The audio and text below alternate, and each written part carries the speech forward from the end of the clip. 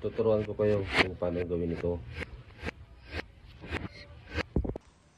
Nag-a-acting na paatras. Tinatapon natin yung bola, jacket, tsaka sombrero. And then, add natin, punta tayo sa CapCut. CapCut, new project. Hanapin natin yung video. Tinapon natin yung bola, jacket, tsaka sombrero. Add. And then, edit natin. Umpisa tayo rito sa tinapon natin ng bola. Split. Delete natin unahan. And then,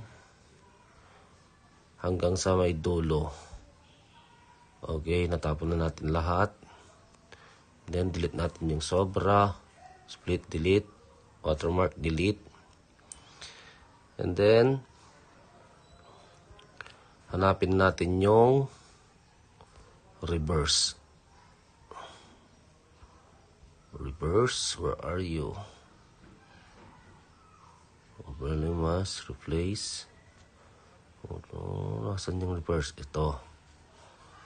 Minimize. Hantayin lang natin ma-minimize ang reverse. And then, play natin. Kung gumana. Ayun, gumana nga. Yun lang kadali, kaibigan. Export na natin. Siguradong naka 1080p. Then, done.